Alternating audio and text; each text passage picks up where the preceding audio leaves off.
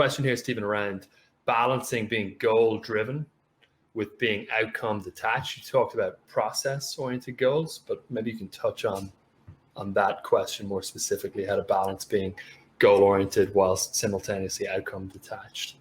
Simple example from my own life. The outcome goal is I'm under assignment. I have to finish a book by June. The Art of Impossible has to be done by, July. That's the outcome goal, the done book.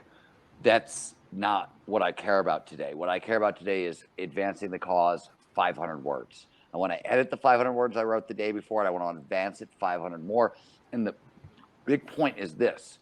I may be more specific in my goal, like saying, I'd like these words to make my reader feel excitement or awe or whatever, emotion I'm sort of going for in the reader. But the thing about it is it's entirely in my control. I can determine very easily, like 500 words, it's clear, it's measurable, it's right there. I'm either wrote 500 words or I didn't write 500 words. And it's also totally doable. It's in my control. That's a process goal. It's not, and mind you, I didn't say I write 500 words that makes the reader feel excitement, and I'm going to double check this by having my wife read it so she tells me whether or not she's like that would. I'm not even going that far. I want something that because what matters ultimately is that you show up and execute. Life is going to be nothing more or less than we make of it. And the way you make of it is by showing up and executing every day. And the amazing thing happens from, it takes a while, even writing books, to believe that 500 words a day is going to add up into an actual done book. You know what I mean? And you can't think about it. You can't think, oh my God, I'm only 1,500 words in and I've got to write 85,000. That's just dumb. No, it's, cool. I got my 500 words done today. What's the next thing on my list? Okay, cool. I'm going to get that done.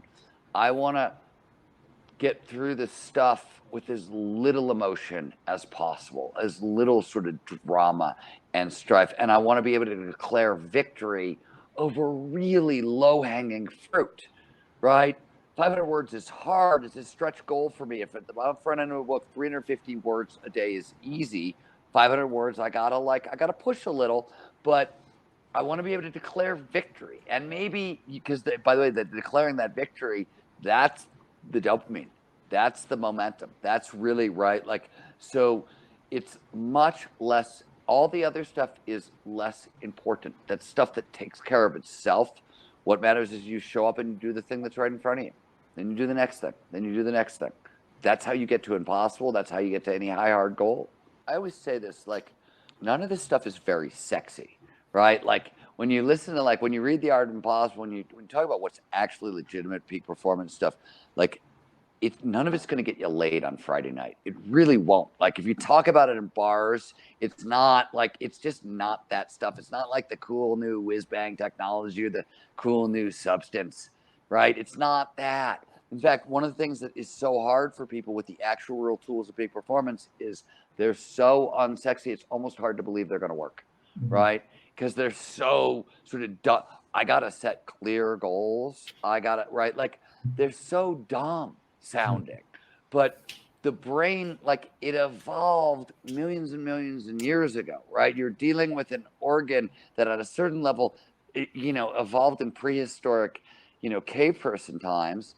And that's what we're playing with. That's what we're optimizing. And so I often think that part of what stands in the way of this stuff is, one, we want it to work faster than it's designed to work, right? It's designed to be very, very efficient, but you sort of got to do it every day over and over and over. And the results start showing up in months. And the really big results show up when you've been doing it for years, I think.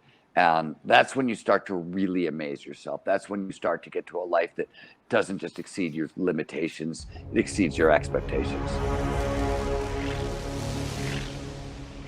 If what you've heard on Flow Research Collective Radio has been helpful, please consider doing us a solid and leaving us a review on Apple Podcasts, Spotify, or wherever you are listening to this.